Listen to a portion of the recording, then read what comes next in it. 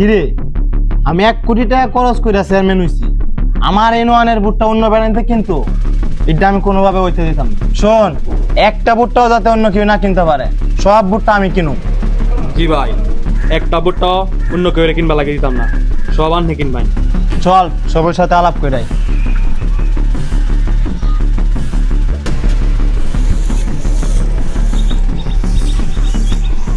এই ভাই, এই ভাই, এদিকে আসেন। বুটটা কি এটা তোমার?